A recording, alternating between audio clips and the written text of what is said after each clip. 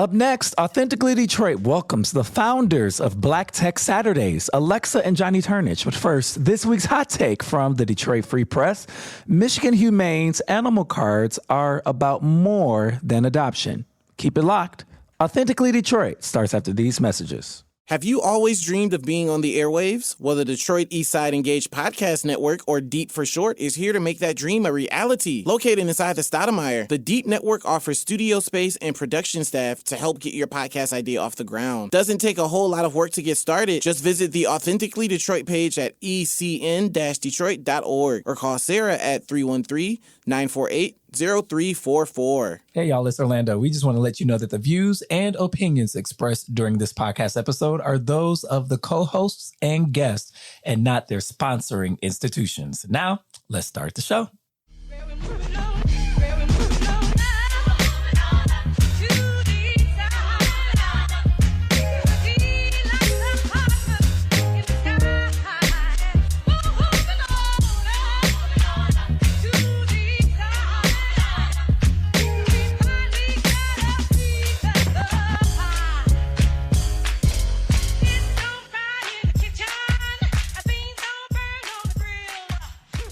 Hello, Detroit and the world. Welcome to another episode of Authentically Detroit, broadcasting live from Detroit's East Side at the Stoudemire inside of the Eastside Community Network headquarters. I'm Orlando Bailey. And I'm Donna Givens-Davidson. We want to thank you for listening in and supporting our efforts to build a platform of authentic voices for real people in the city of Detroit. We want you to like, rate, and subscribe to our podcast on all platforms. We have a full house in the building today. Aisha Morrell Ferguson, Chief Development Officer at COTS Detroit, joining us for Hot Takes. Plus, we will have Alexa and Johnnie Turnage with us to tell us all about Black Tech Saturdays. Aisha, welcome to Authentically Detroit. Thank you for having me. Donna, good to see you. Good to see you. Good to be seen, I should say. It's good to be seen. And how is this blessed day finding each of you? Aisha, how you doing? I'm doing all right. Yeah? Yeah, it's a beautiful Monday. day. It's Monday. And It's beautiful. People would say that it's dreary and that it's great, but you're calling it beautiful. I am. I'm calling it beautiful because every day that you wake up this side of the dirt is I beautiful. know, and right? I mean that. You know what? Every day you wake up on top of the dirt, There you you good. go. Yeah. Well, there's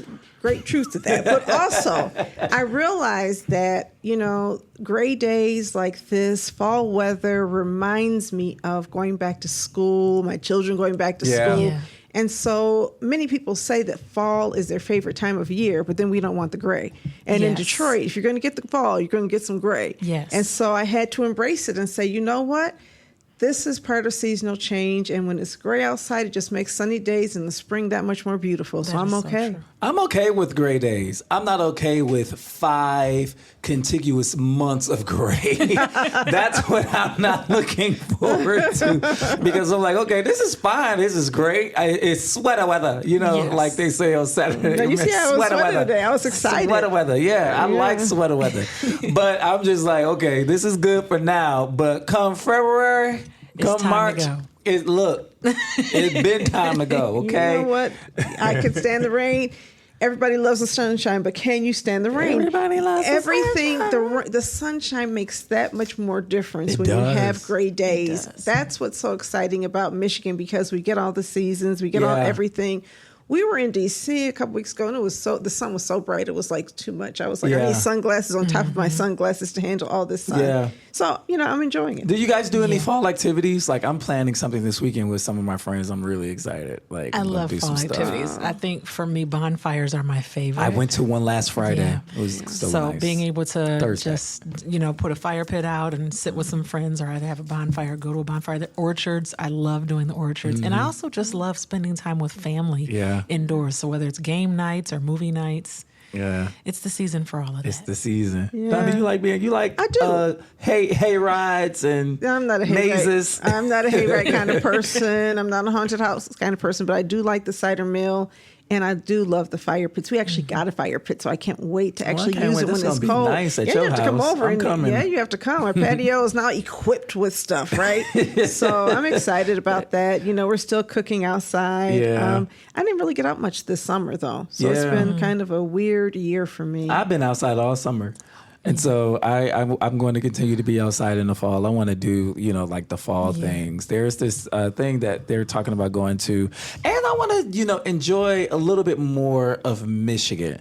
So traditionally, I'm a little afraid to travel far outside Detroit for reasons that we all know that Black people are afraid. You know what I mean?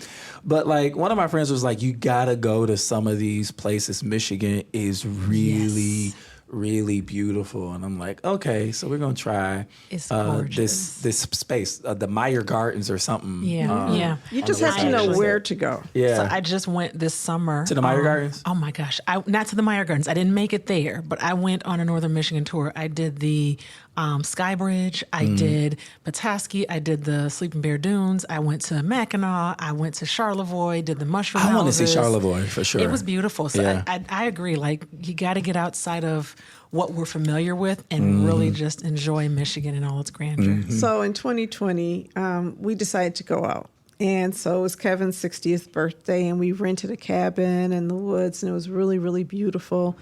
And we went, canoeing on a lake and walking through a forest. What I didn't understand was we were in Newaygo County.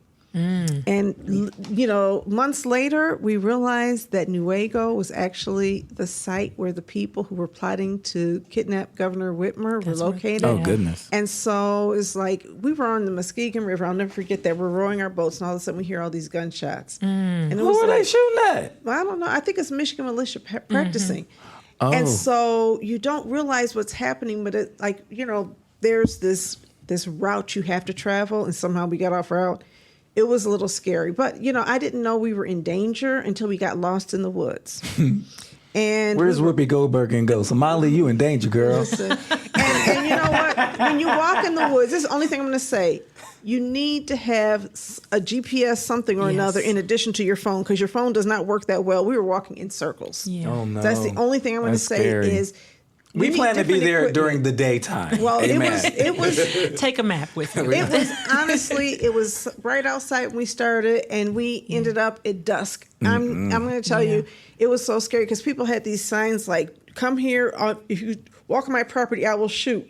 It's really like, okay, don't walk on their property. It was really a different experience, but I really enjoyed it. Yeah. And so I agree with you. It's our state. We pay tax dollars for all of this, and we should embrace all of it and not be restricted to our own little corner in Southeast. We are Michiganders. That's right. That's we are right. Detroiters. Listen, for hot takes, Michigan Humane's animal cards are about more than adoption. This is by Jamie LaRue at the Detroit Free Press. Kason, a Detroit teenager, dreams of building his own shelter someday to help all the homeless animals suffering in the world. The 14-year-old has been homeless himself. For the past 6 months, he and his mother have lived at Peterborough, a supportive housing facility run by Coalition on Temporary Shelter in Detroit. Kason is one of 15 kids staying at COTS facilities who, in August, were given digital cameras, which they got to keep at Michigan Humane's Mackey Center for Animal Care in Detroit. Their assignment was to think about their hopes and dreams for all the homeless cats and dogs at Michigan Humane's shelter. In the process, the children also considered their own hopes and dreams. The event was called Pictures of Hope. The photos the kids took of the various animals were made into packets of 10 to 15 cards and sold through COTS and Michigan Humane's websites. The proceeds will go to support COTS and Michigan Humane. Also, the public can view the photos on September 27th at the Metropolitan Museum of Design, Detroit, during a reception. Beyond the financial help, Pictures of Hope also benefits the animals and the children. For the animals, having a couple of hours of the children's attention reduces their stress of staying at the shelter. For the kids, who are ages 7 to 14, getting a field trip to play with animals and learn photography is both fun and self-esteem building. What a heart-wrenching story. It's a beautiful project. Yeah. Taking care of animals, taking care of things is so good for mental health. So in addition to reducing the animal stress, I can imagine it helps de-stress the children and connect them with something that is so rewarding. There's nothing like having the attention of a small animal, right? So that's great. Aisha, how did this partnership come about? So Linda Solomon is a partner, longtime partner of COTS, and we worked with her in years past with photography projects for her kids. But she reached out and said, hey, I think I want to do something a little different this time. And what do you think about a collaboration between Michigan Humane and COTS? And I was like, I love the idea. I think that there's so many similarities with our organizations, and we're both serving the Detroit community, but there's an alignment that people don't always realize is that some of the families that we collaborate with often come to the shelter with pets, and unfortunately they can't bring them with them to Peggy's place. And so some have had to surrender their pets. We've had some volunteers that have agreed to foster them, before as well. But this was a perfect opportunity to highlight those needs and to highlight the partnership that can serve to meet those families' needs during the most critical times. I read somewhere that some women are afraid to leave domestic violence because they don't want to leave their pets behind. And so that's really tragic. I wonder if there's a way, you said that they can find family and friends, but does the Michigan Humane Society, to your knowledge, take people's pets temporarily? They do. So one of the things that's come out of this collaboration with Linda Solomon and COTS and the Michigan Humane is what they call the Safety Net Foster Program. And that program allows for families that COTS is serving, those that have had animals or those that have animals when they come to us, to have those animals fostered by volunteers through Michigan Humane. And so since this particular project, the first family actually was able to take advantage of that just last week, where their cat is being fostered by someone right now while we are looking to try to help this family find housing. The other thing that was really striking about this story is the hopes and dreams part, Yes. right? The young people got to express their hopes and dreams for themselves and also for these animals who were being sheltered. Yeah. What are some of the stories, what are some of the hopes and dreams that stand out to you that you were able to gather during this project? Yeah, well, it's so interesting. So some of the kids, as they were expressing their hopes and dreams for the animals, like, I hope that, this animal is able to find a warm bed to sleep in, that this animal has a loving family to care for them, that this animal is nurtured with food, things of that nature. It's some of the similar things that many of the families themselves have been seeking and trying to identify for their own long-term stability, I was just thinking that sometimes it's easier to talk about your hopes and dreams for others than to talk about yourself. Do you find that they disclose more in that sense? I feel like the kids, they were all in with this. When I tell you that I almost feel like it was therapeutic in so many ways, because they were there to try to support the needs of those animals. And we kind of shared with them, look, as you take these pictures, this is what this project is for. But the hope is that we can help these animals find adaptive homes that will receive them. And every one of the animals that were photographed during this project have since been adopted. And so even in the event last week when we met with the kids and just did the exhibit of their photos, we got to tell the kids, okay, your pets were adopted, or your animals that you photographed, they were adopted. And just the looks on the kids' faces to know that they had a hand in helping those families those animals find homes meant the world to them. They were excited, and they were like, okay, so when are we going back, and when are we going to do this again? We're going to work it out so we can go back and do it again. Manifest it, right? Yes, exactly. I remember reading something around what Sincere said. Like Sincere said for himself, I just want some toys and some clothes and some toys for the cat too. Yeah. Can you talk a little bit about other support services you have within the COTS program and suite of programs? Especially for young people, because when we think about COTS, we don't always think about children. We think about houseless adults, but there are also children who are there as well. And the article pointed out that a lot of these young people are experiencing all kinds of bullying and a hard time at school. So what other supportive programs in the suite of services for young people that COTS offer? Yeah, so thanks for asking that. We have a variety of programs, but our programs, our foundational programs hinge on housing and shelter, and then we have impact services, which are around stability, family stability in all areas that are often threatened, and I'll talk about those areas in a moment, and then our children's services component as well. So those are our three quote-unquote programs. But our housing framework, so we have an emergency shelter that serves 140 people on any given night on average. 60% of those are kids. And then we have supportive housing in the community where we provide supportive houses. 60% are kids. Yep. And our supportive housing framework is about the same, 60% kids. Do y'all hear these stats? Yeah, well, I Yeah. mean, you switched from a model with single adults to Yes, families to a few years Absolutely. ago. Yes. And that's significant because one of the things I also know is that it's really hard for families with children, Yes. especially boys, to find emergency shelter. Absolutely. Yeah. And for us, we understood that, and we wanted to make sure that we did everything we can to keep the family together. So there's no limitations on who can come to that shelter. It is for families. If it's an adult person or persons with minor children in their custody, that they are able to come. And minor children are 18 and under. And so our family shelter and our housing programs are intentional about trying to support the entire family. And then our approach is a 2-generation approach. So our services for kids in particular not only include, of course, some of the basics that help families or parents to establish stability, such as child care and children's child care and also early childhood education. But then beyond that, being able to partner them with mental health supports for their balance and wellness for both adults and kids, because homelessness is traumatic in and of itself. And so there's other circumstances that lead to those issues and those challenges. And so being able to actually bring support around the family so that their mental health and wellness is also supported. And so our Passport to Self-Sufficiency framework focuses on 5 critical areas.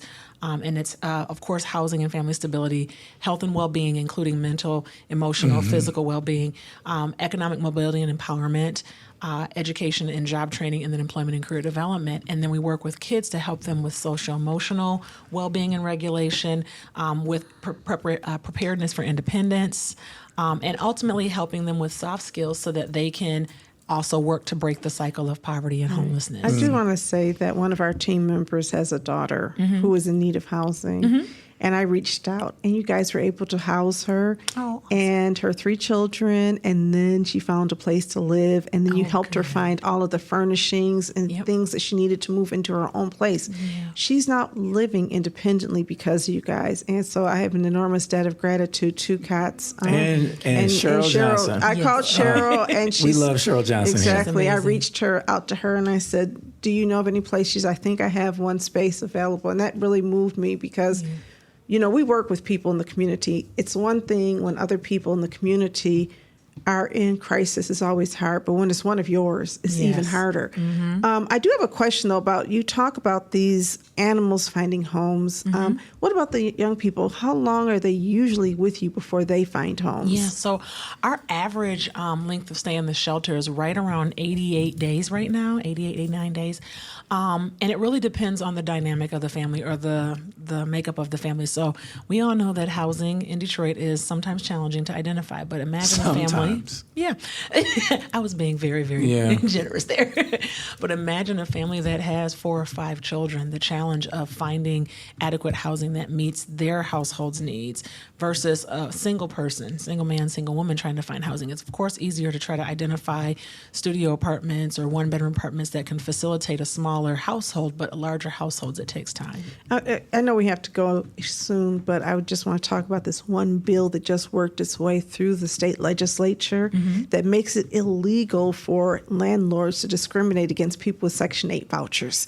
And I believe it's on its way to the governor's desk. That really warmed my heart. I was talking to State Senator Stephanie Chang, who I know really helped push this. How do you think that's going to affect your ability to find housing? So my hope and my expectation from that is that it really does open up opportunities where people have ultimately discriminated against families for the source of income. Right. You know, it has prevented people from establishing stability when they could have had long-term stability and been working towards self-sufficiency, you know, and to be able to thrive long before now. And so I'm really hoping that this opens doors to families being able to really kind of be stabilized and then ultimately thrive so that they break this cycle for the next generation and beyond. Talk about surfacing the humanity behind a lot of the numbers that you are citing, right? I think when we think of the homeless population or houseless population, we have a certain image of what that looks like.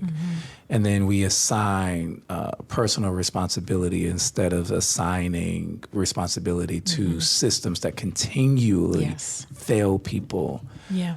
When folks engage in conversation with you, talk about the light that goes off in their eyes and in their mind. Yeah. So at COTS, we're really intentional to focus on narrative. And we understand that a lot of times people can see a circumstance or learn about a circumstance, and before they even understand the whole picture of what led to that particular circumstance, they've already formed a narrative in their mind.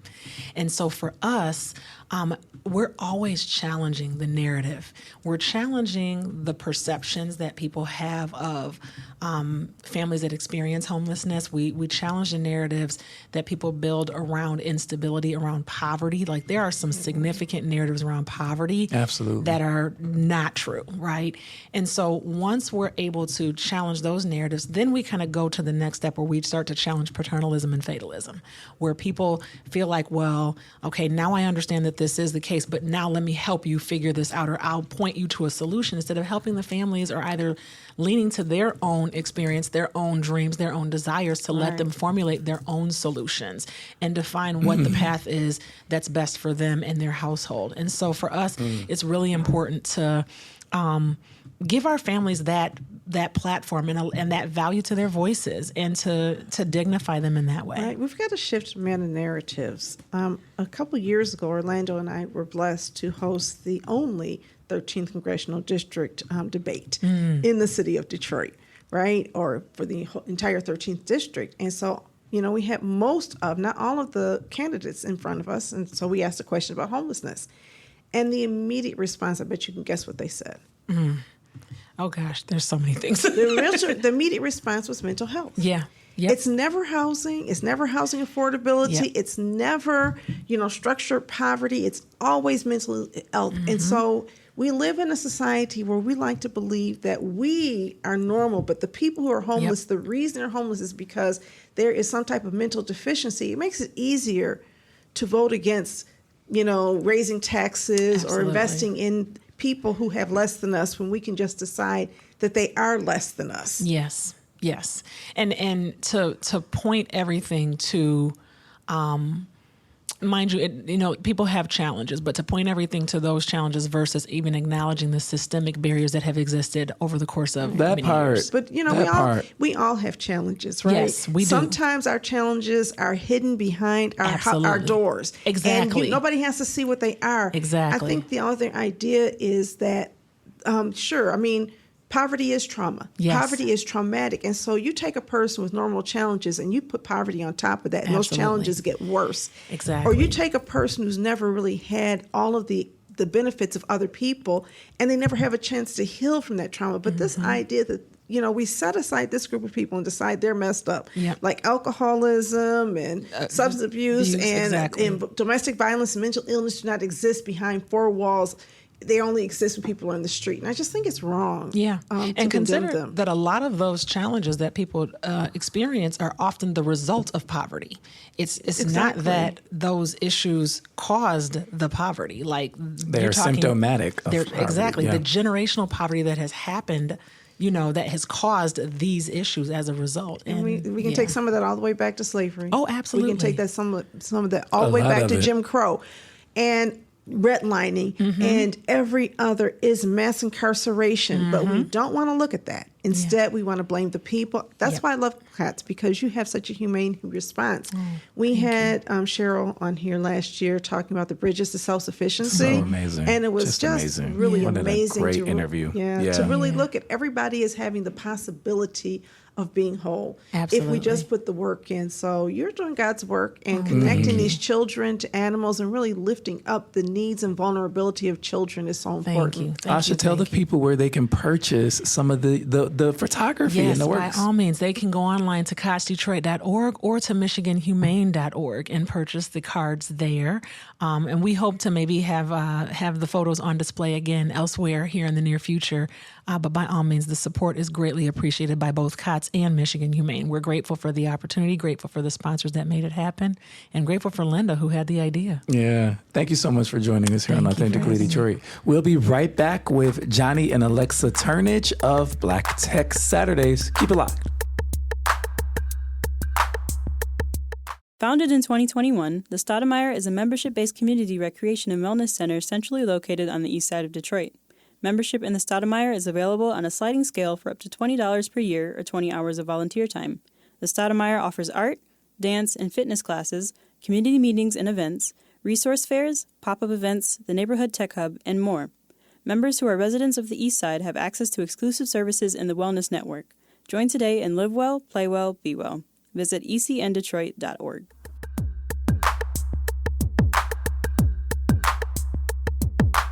Welcome back to Authentically Detroit, everybody. We are here with Alexa and Johnnie Turnage, who are the visionary leaders dedicated to reshaping the landscape of technology and fostering inclusivity. As the co-founders of Black Tech Saturdays, they have pioneered a groundbreaking movement aimed at empowering underrepresented communities within the tech industry. Alexa's passion for technology and equality, combined with Johnnie's grassroots activism and entrepreneurial spirit, culminate in a powerful force for change. Together, they spearhead initiatives that offer educational workshops, mentorship programs, and networking events, creating pathways for aspiring Black professionals. Their collaborative efforts exemplify a commitment to breaking down barriers and creating a more diverse and equitable tech ecosystem. For the first time ever, Johnnie and Alexa, welcome to Authentically Detroit. Can you say power couple? A power couple. Power couple. Listen, y'all are going with the titles. whatever. You can't go nowhere in this city and not hear about Black Tech Saturdays. And you know, it's so exciting because, like, when I mention Black Tech Saturdays, all the young staff people here think I'm cool. I'm like, I know that. And they're like, oh, I was just there. I'm like, listen, back in the day, not too long. Okay, my tech story. Yeah. I'm working at Warren Connor. It's 1994. Mm-hmm. And I'm learning about this digital divide. I don't know what we called it then. I don't know if it's digital, but I'm learning about this, and I can't afford a computer. So I buy this computer secondhand that these people are remaking these computers, and I learned to put it together because I've decided my children are not going to be part of that digital divide. Mm-hmm. I used to go to CompuWare. But, and then I'm reading these articles since then about how Black kids can play video games, but they don't know how to make them. Mm-hmm. And there's this huge divide, and I learned about Black kids not going into tech. And it always felt like tech and Black people didn't get along, right? Yeah. Or like there was this barrier. And you guys have made technology the coolest thing for Black people in the city of Detroit. I'm impressed. We are so impressed. I think we just had to make technology fun. I think Black and brown people, just as a collective, sometimes have been afraid of technology. Yeah. And what does that really mean for us, especially when we talk about AI and the direction that's going? I feel like we really had to kind of pull the wool off and pull the cover off to just show that technology is for us. Yeah. Black and brown people have been innovating for generations and creating tech solutions and tech enablement for entrepreneurs and for this country for as long as we can remember. Our language, our dialect is a form of technology. I mean, come on. Our swag in itself has been is technological, baby. Yes. But at the same time, Google, Apple, Facebook, commodifying all of them don't hire us in equal numbers. And at the same time, they say, well, that's because we can't find qualified people. But you guys have solutions, not just finding people, how to find the pathways there, but also create your own tech. And I'm excited. Can you talk about what Black Tech Saturday is all about? Give us the origin story. You got started. The origin story. Yes. Yeah. Can you start? Yeah. They're so cute. They're like, you gonna go? You go. I'm like, one of us gonna kick it off. Well, it's kind of funny now, looking at now, but a little over a year ago, Black Tech Saturday started.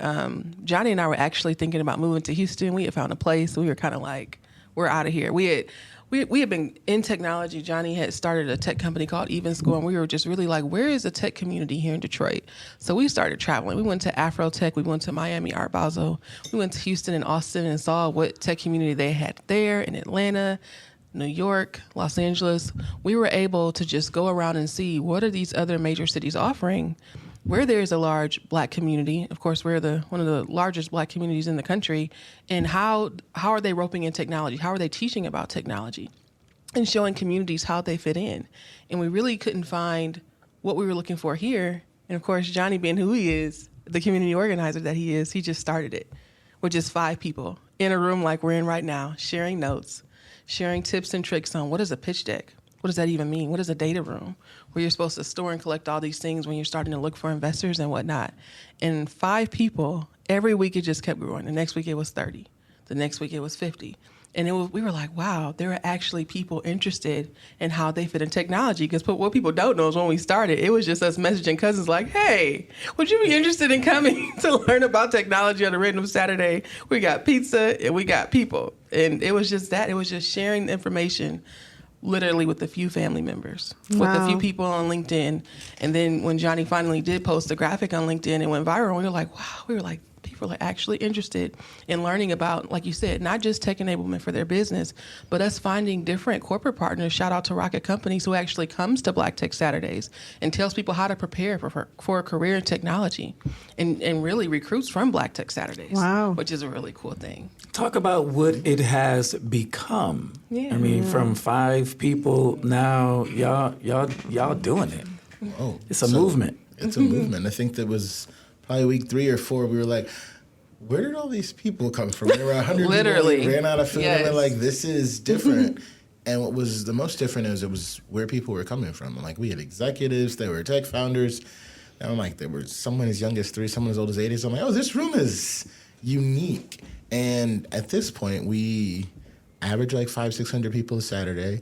Our peak is for our women's founder takeover. We had about 1,300 people come out. And oh my goodness. It's literally our favorite BTS because we broke everybody up into like 12 different classrooms, and you just went and picked a subject to learn. And it's like, that's actually the most exciting part, that there was one classroom where a Black woman was teaching people how to use AI to build their own apps. Her class was oversubscribed, so people sat on the floor, and I was like, people want to sit on the floor to learn how to build an app on a Saturday. And that particular Saturday, we had people flying in, people flew in from Houston, driving up from Nashville, and we were like, we were just so flabbergasted. We were like, to have this resource and tool available where people can come and learn for free. Because Johnnie, like education, there should be some type of connection where you can come and learn where there isn't a cost associated. It's just phenomenal, and what keeps us going is that people are actually getting something out of it, and the impact is there. Can we talk about love though? Yeah. Because you guys, when I first saw you together, I think we were at Gail Perry Mason's birthday party, and you just sort of visibly in love with each other. We're still newlyweds. I know, people right? Know that. But you always give off love. And I think there's something powerful about the way that you relate to each other that draws people in. Do you think that's just me, or do you think other people are seeing that? I think love is definitely attractive in a sense of when you're leading with love with the work that you do, and you just let that lead, and you're just... That part. Yeah. And when you can lead and serve people with love, especially our people, Black people, Black and brown people, we could tell. It's a difference. You know, it's people who treat people real nice, nasty out here. Right. And but we love Black love too. Let's be honest, okay? When we see Black people in love, visibly in love, it's always a lift. It lifts people. Yeah. It's uplifting. I think it also helps because, look, entrepreneurship, finding a job, that's hard. But the questions that I think we get the most, that we're the most surprised about, is other tech founders asking us about like marriage stuff, couple stuff, like, how do y'all stay balanced? Right, and how do y'all work together? Because we got 2 marriages. We got 2 marriages, Black Tech Saturdays marriages, people who met at Black Tech Saturdays, and we're now... Stop! Are you for real? We officiated our first wedding. Stop it! We're not officiating no more, though. No, that's closed. That link is closed, no more.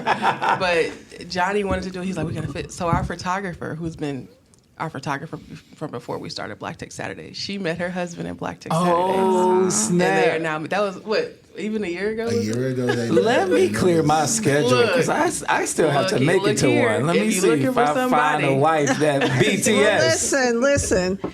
See, I figured it was kind of contagious, but It really is. but A lot of couples are forming. I'm like, we got marriages, but there are a lot of people. I look up, I'm like, oh, y'all you know, holding because hands now. it's the thing that Orlando talks about. It's the joy. We miss joy in our community. We come here, we come together around problems, and problems are always good to solve. But you guys come together around solutions. How are we going to make things happen? And I love that. Even though I have yet to go to a Black Tech Saturday, I have to add it to my crazy schedule. But I looked at you online, and I saw Black Wakanda in Detroit, and I was like, Wakanda in Detroit. My feelings are kind of hurt because somebody came here a couple years ago, and they said, is this Wakanda? And I was like, yeah, but we didn't make it to Ebony Magazine as Wakanda. I'm just joking. We didn't have the tech. Talk about that whole concept of Wakanda in Detroit and the resonance of that to you. I think when we think about that, Wakanda was kind of like, what does it look like to be unbothered, unrestricted in our Black creativity and our Black creations and innovations? And dreaming that up in Detroit, where all of us are trying to solve a problem, all of us can. And now that we've been together, I've seen people who I'm like, what used to take a year, people are spinning up in a few months because, oh, this guy can develop, this person can spin up my website. So now I'm not spinning my wheels and trying to figure out how to do it for no money. I'm like, you got a lot of tech founders and friends, and we're trading favors, we're bartering, we're applying for grants together. We're like, we're going to get this through because we can win.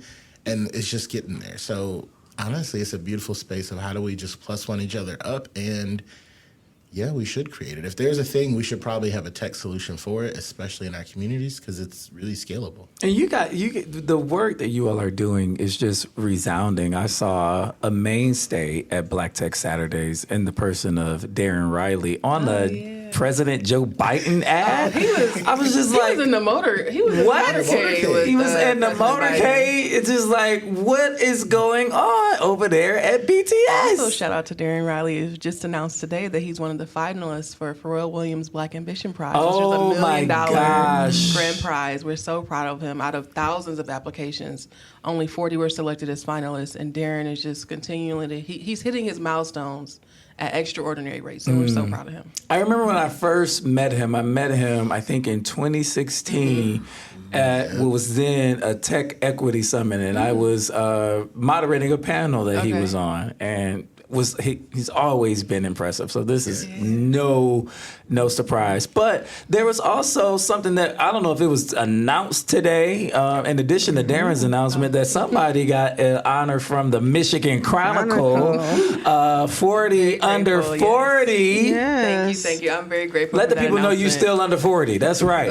Praise the Lord for that. Yes. Praise him. It's so funny to me. My husband is a true, call him Kevin Hart, because this man is also a 40 under 40 recipient. I'm like, you're so busy posting my graphic. I'm like, I guess I gotta post his. Oh wait, you're both 40 under 40 this round? Yeah, so I have to get out because Johnny is a complete wordsmith. For some reason, he can just sit. He's an amazing writer. He can just articulate and paint a picture in a way that many people can't. No, I'm gonna write a beautiful post like he did for me, and announce his as well. Because I'm like, why are you busy announcing mine when we got to announce yours? Let's talk about what that means and the other award that you guys got at the Tech Town Toast of the Town Awards last week. We're going to take our last break of the show, and we will be right back with Johnnie and Alexa Turnage of Black Tech Saturdays. Keep it locked.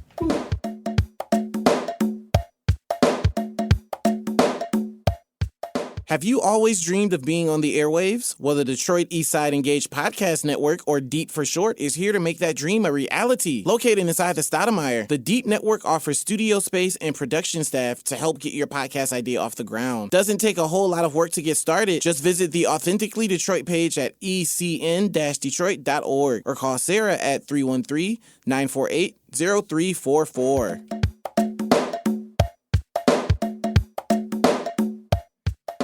Welcome back to Authentically Detroit. We are here with Johnnie and Alexa Turnage of Black Tech Saturdays. Okay, so both of y'all got the Michigan Chronicle 40 under 40 award. Johnnie, well played, my brother. Okay, well played, dude. I'm like, this man. Let me tell you, he said, hey, I don't matter. Let me post my lady. Let me write a dissertation about her and all of that. I'm like, how am I That's what I'm talking about. That's what happy spouse, happy house, good. okay? That's right. Happy spouse, happy house. And you know what? Listen, we live in a culture that is always celebrating Black men. Yeah. And women always have to be Three come times is afterwards. good. 3 times is 4 good. times And is so good. I really love the fact that he uplifted you from the beginning Yes, and your I'm tech grateful for that. skills, all of that. And that's something else that we love to see, the women in the room. So the other thing that is sort of serendipitous is the place that we are in. We are in a place called the Stoudemire. And my friend, Valencia Stoudemire, presented the Morrell Stoudemire Award to you all at the Tech Town Toast of the Town Awards. Tell us about that and what that award means. Like, what does it mean to receive that award and to receive it from Marlo's wife, Valencia, who is a freak of nature. A powerhouse. She's a powerhouse. Yeah, that was such a special moment in time that Johnny and I still kind of had like a pinch me moment. We got kind of teary-eyed when Valencia was presenting that to us because it's just such an honor when you really know the work of her husband to give us that award. It was just something truly, truly special.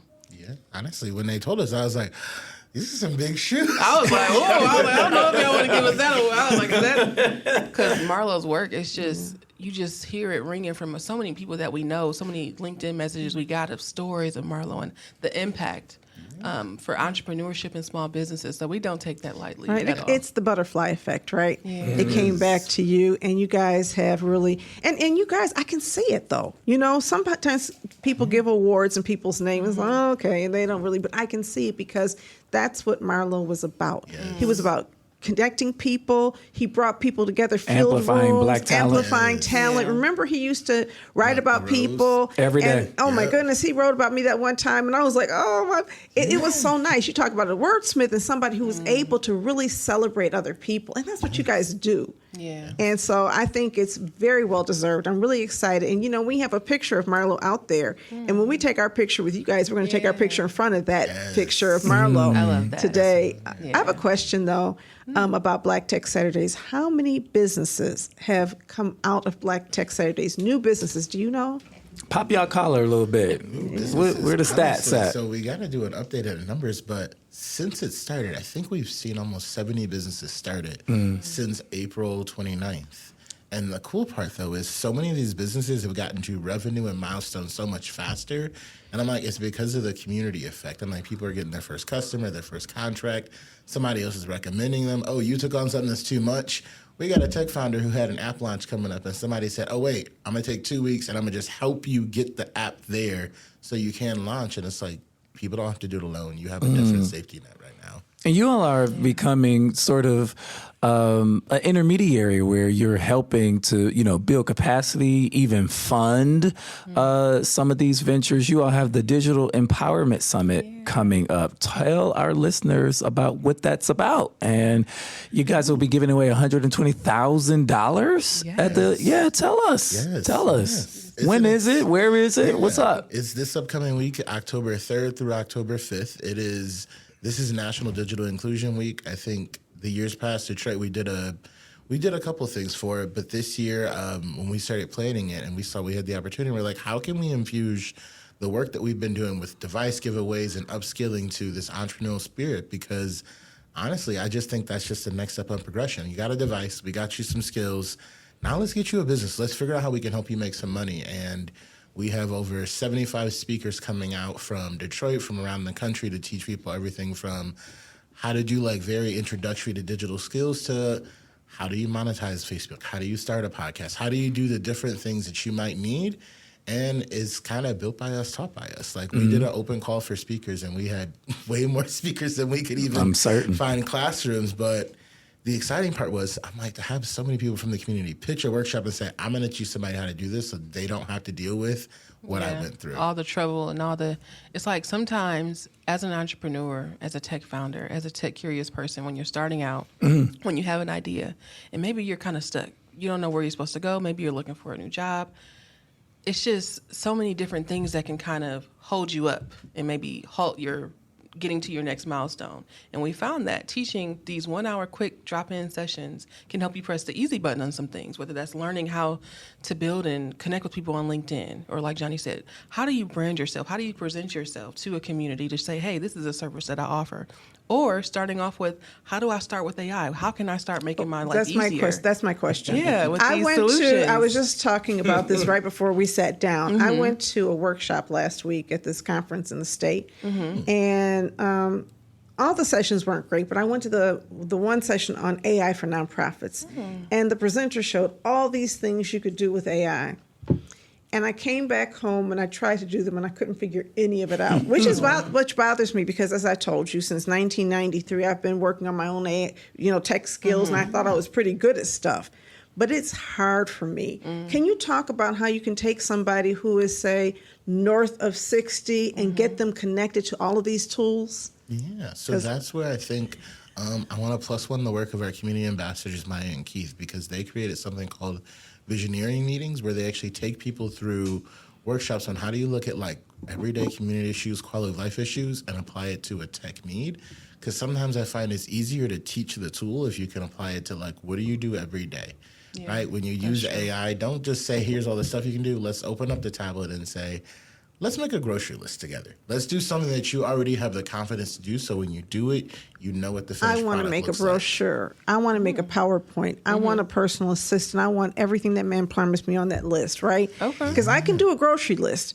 It's the other stuff, the more complicated tasks, generative AI? Yeah. Did I get that right? Yeah. Ooh, I used the right terminology. But I don't really understand what that means or how to use it and how to get from A to Z. So our social media specialist, Jalen, has agreed to sit down with me, and he says he's almost certified in AI. Nice. Thank you, Jalen. But the question is, how do other people, because you always, when you were here last time, you were doing a workshop on AI, and you filled that workshop up. And we were in the front of the building with two of our friends, Kalisha and Tawana, talking about, bringing technology to schools and creating technology curriculum that made sense. Yeah. And we know that Tawana Petty issues some really important warnings about the misuse of AI. Yes. That's responsible use. Yes, responsible use of AI. But, I think that there's just not enough knowledge in 100%. communities like ours of people who don't go to Black Tech Saturday, who understand how to do it. So I'm wondering if there are ways to do workshops in places like this on a regular basis. Yes. And there are people that we can get coming here. Yeah. So one, you get us to the part that I think we're really excited about, which is the scaling of Black Tech Saturdays. While I think it's really cool, we have a big gathering. The fun part is what we were able to do over the summer, where we had community meetings around the city because people were showing up every day to do just that.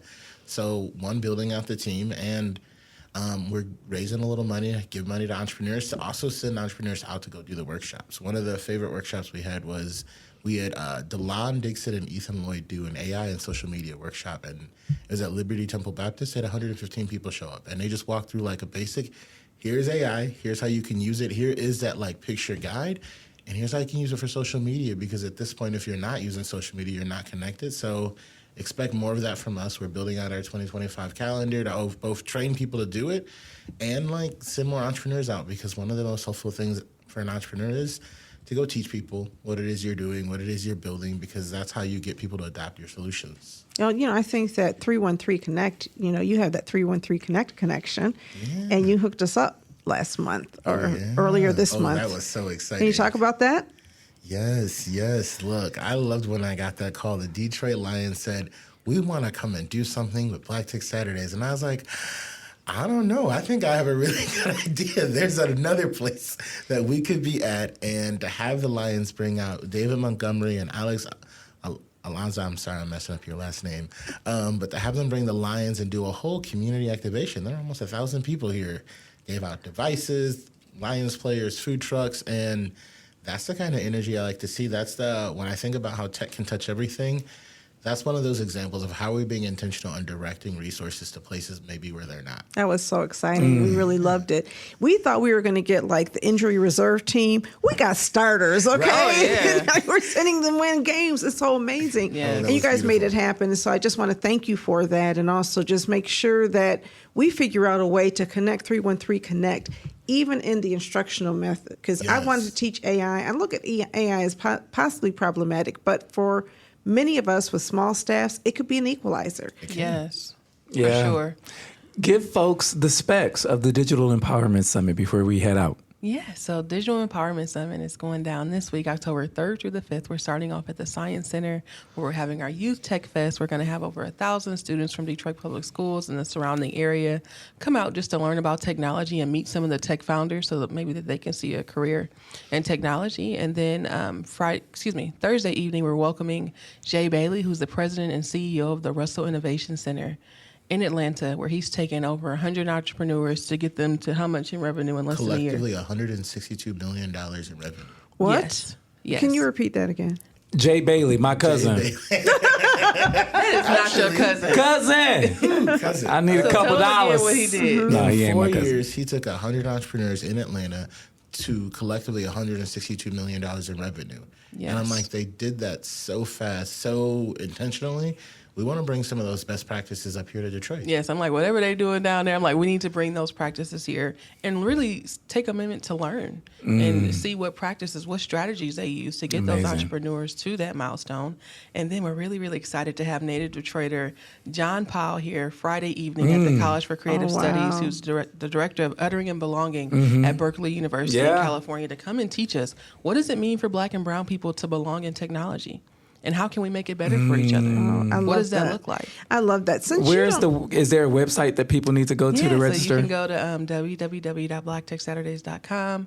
The summit banner will pop up, and you can register there and find out all the workshop details. Also, this is free. Like, we're really big on how we're democratizing access right now. I think the cool part about Michigan becoming an innovation hub is there could be more money, but none of that means anything if there's a barrier for us to get into. You better it. talk good.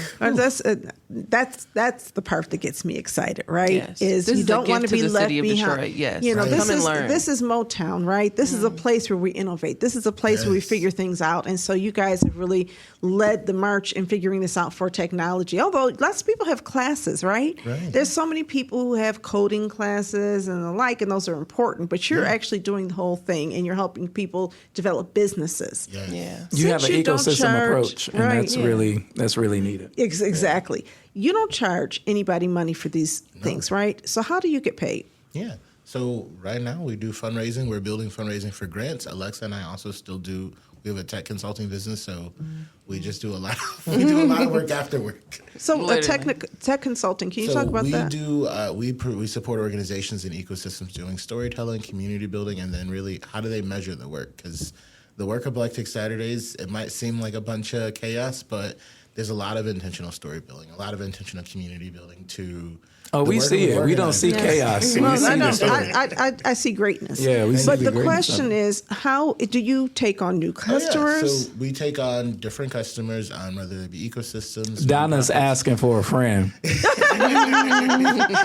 Yes. We would love to talk on how to support it and both train the method. And then big announcement soon, but we do raise money from foundations. So a part of the excitement is by the end of the year, Black Tech Saturdays will actually have a team of people focused on running our entrepreneurial programming so we can actually offer more and more direct support to entrepreneurs, both in the BTS community, but we're going to do a bunch of online classes. Anything that you can learn in 60 to 90 seconds, we're going to push out probably another 100 educational videos next year. I am so proud of both of you. I really am. It is just beautiful to see the work that you've done and how quickly this has taken root. Speaks to a need and a desire, but I also want to say it speaks to the untapped capacity of Detroiters. Yes. That's right. We have brilliance here, and you guys are tapping into it. At the risk of sounding like the drunk uncle at the party, I'm proud of y'all too. With the red solo cup. Listen, thank you for joining us on Authentically Detroit. You guys have to come back. Yes, Yeah. thank you for having us. A pleasure. If you have topics that you want to discuss on the podcast, you can hit us up on our socials at Authentically Detroit on Facebook, Instagram, and Twitter. Or you can email us at authenticallydetroit@gmail.com. All right, Donna, it's time for shout-outs. You have any shout-outs? I don't at this moment. Okay, Johnny and Alexa, do you have any shout-outs? Shout out to our early supporters and our early The 5 to 30 sponsors. people. Come on. Shout out to the Song Foundation. Shout out to Rocket Community Fund for supporting us and taking some early bets about what technology could look like for the city. We're really grateful for that. Yeah. Shout out to my mom. I told her this was going to be a busy week, so she was like, I'm going to take off work and come up. And so We're quite so grateful excited for to have her up Mother. here. Queen Mother is here. Euphebia is here. Euphebia Turnage, Johnny's mother, came up from Georgia to help us. It's a family approach. Johnny's brother also helps us. So it's a true family effort. My parents are at Black Tech Saturdays every week helping and serving food and just it's a community approach, and we're grateful for our tribe. You know, Beautiful I need to tribe. send a shout out to my mom. She's passed away, but I got some really good news today. I can't talk about it today. Okay. And I should have been happy, but I started crying because I couldn't tell my mother, and I couldn't hear her say, "Congratulations, I'm so proud of you." And so we need to shout out to mothers everywhere. I love seeing Orlando's mother everywhere we go. Mom is right there with him, and he calls her mommy, and I love that because I'm a my big kids, baby. my I'm a kids baby. call me mommy too. Okay, don't ever. And I call my Girl. mother mommy until the day she left this earth. So yes, definitely shout out. I to mean, moms. here's the thing. I'm a man, but for the rest of my life, I will always be her child. So I don't care. That's mommy, and I mean that. Listen, we thank you all so much for listening. Make sure you join us next time. And until then, love on somebody and allow yourself to be loved on.